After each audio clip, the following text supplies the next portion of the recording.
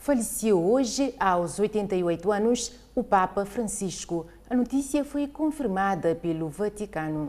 O pontífice vinha enfrentando diversos problemas de saúde nos últimos anos. Papa Francisco faleceu esta manhã na cidade do Vaticano. Aos 88 anos, o pontífice argentino enfrentava uma série de problemas respiratórios, o que levaram a internamentos frequentes nos últimos meses, incluindo uma pneumonia bilateral e uma bronquite. Em 2024 já tinha cancelado compromissos importantes, como a participação na Via Sacra da Semana Santa por recomendações médicas. Em 2023 foi submetido a uma cirurgia abdominal e sofreu com episódios de febre e dificuldades respiratórias. Conhecido pela sua humildade e discurso de proximidade com os pobres e pela defesa do meio ambiente, ainda não foram divulgados os detalhes sobre o funeral, nem sobre o processo de sucessão. O mundo lamenta a morte do Papa. Nesta tarde, o Vaticano confirmou que a AVC foi a causa da morte do Papa Francisco.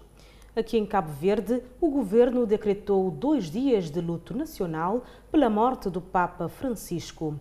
O anúncio foi feito esta manhã pelo primeiro-ministro Ulisses Correia e Silva. Também o presidente da República lamentou a morte do Papa Francisco e destacou o legado de um pontífice que foi além da Igreja, abraçando os desafios da humanidade.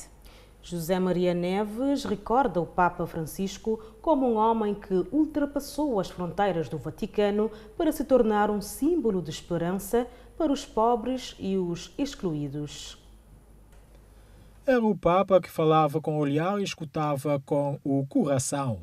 Chamava os pobres de irmãos, os excluídos de prioridade e fazia da palavra todos a sua oração mais política. Papa Francisco não foi apenas o chefe da Igreja Católica, foi um líder espiritual global, um farol num tempo de neblina moral e agora, com a sua partida, deixa um vazio do tamanho da sua coragem. Para o presidente da República, José Maria Neves, a marca de Francisco é indelével. O Papa não é só da Igreja, é da humanidade.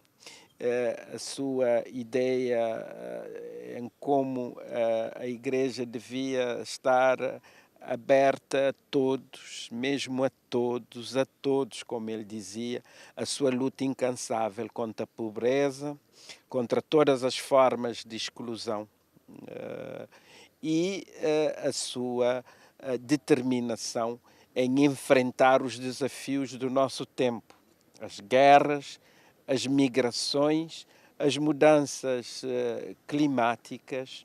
Onde havia silêncio, ele levou a voz e onde havia exclusão, ele levou o abraço. Para o chefe de Estado, perde-se uma grande voz da humanidade. Um lutador incansável pela paz, pelo diálogo e pela dignidade da pessoa humana. E deixa um grande legado e deixa também uma lacuna quase que impreensível nos tempos de hoje.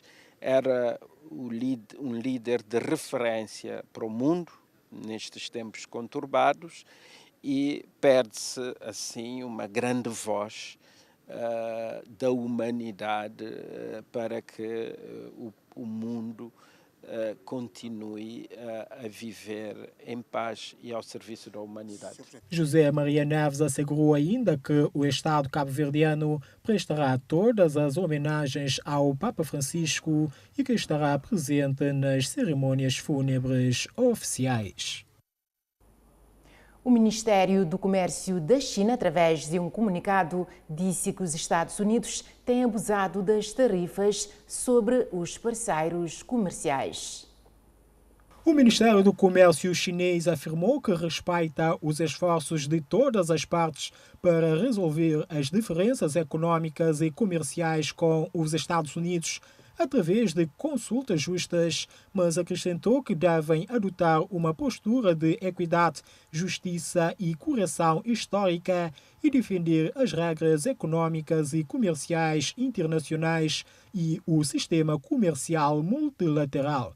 O Ministério acusou os Estados Unidos de promoverem uma política hegemônica e de implementarem uma intimidação unilateral no domínio econômico e comercial, informando que o apaziguamento não trará paz e que os acordos não serão respeitados. A tutela afirmou ainda que a China está disposta a fortalecer a solidariedade e a coordenação com todas as partes e trabalhar para resistir conjuntamente contra o bullying unilateral. Esta guerra comercial causada por Trump iniciou em abril com o anúncio de tarifas recíprocas, uma medida que mais tarde emendou face à queda dos mercados e ao aumento do custo de financiamento da dívida dos Estados Unidos da América.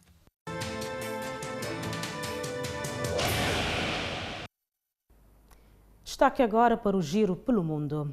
Coreia do Norte investe em programa secreto de armas biológicas, dizem os Estados Unidos da América. O documento destaca que o regime de Kim Jong-un estaria apto a utilizar sistemas de lançamento como pulverizadores e dispositivos de injeção. A Coreia do Norte segue desenvolvendo armas biológicas de forma clandestina, em desrespeito a tratados internacionais de desarmamento, segundo o novo relatório divulgado nesta segunda-feira pelo Departamento de Estado dos Estados Unidos da América. Além da capacidade de fabricação, o documento destaca que o regime de Kim Jong-un também estaria apto a utilizar sistemas de lançamento não convencionais, nomeadamente pulverizadores e dispositivos de injeção, para empregar as armas de forma secreta.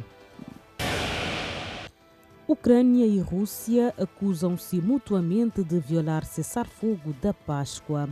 As acusações de ambas as partes surgem na sequência do anúncio de um cessar-fogo unilateral de 30 horas pelo presidente russo Vladimir Putin no último sábado.